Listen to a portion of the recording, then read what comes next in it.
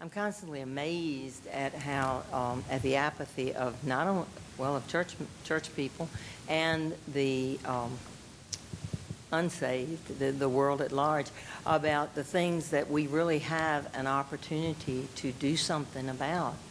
One of the reasons we're in this catch-22 about China is because, I don't know if you remember or not, but when President Nixon went to China and decided to open the doors to this unbelievable amount of importation from China, a lot of people who didn't think it was a good idea protested and said, look, Taiwan is the one who is free. They're the ones who are making their name, making a name for themselves. China is slave labor. We knew before he went, before it was open, it was slave labor.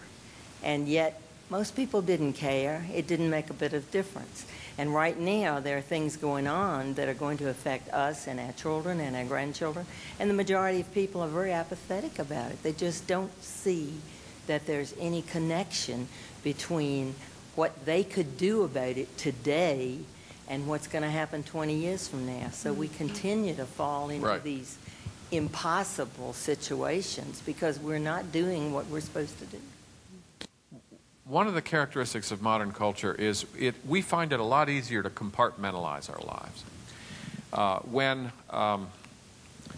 Pre-modern cultures generally are not as readily compartmentalized, so that economic decisions and decisions for the well-being of the community aren't separable. Political decisions are seen tied to cultural issues. But we tend to compartmentalize and separate. We separate private from public. We separate economic from moral. I think that I think that encourages a kind of apathy because we think, well, I'm not really. That's not really. That question, I'm not really that interested in foreign affairs. I just am going to go buy a sweater or whatever. So I think, again, that's why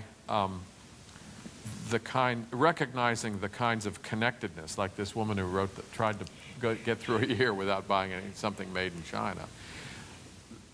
The effort to recognize those connections and recognize how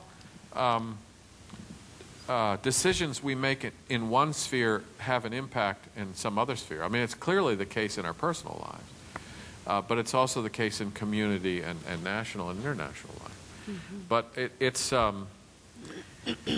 I've always appreciated from the time I was in high school. I remember I had a music teacher who had studied for the Catholic priesthood and then decided to go into music.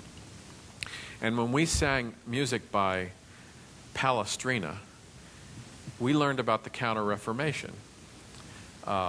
He taught church history and other historical things while we were learning music. This music came from a particular time when here were the concerns going on, here were the theological concerns, here are the social things going on.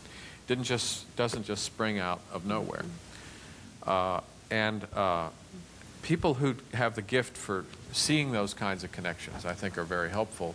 And I do think that the people who are not apathetic, not always. Some people are activists and narrow-range, single-issue activists. But often people who are not apathetic, who are more involved and engaged, do tend, it seems to me, to have a bigger picture sort of approach.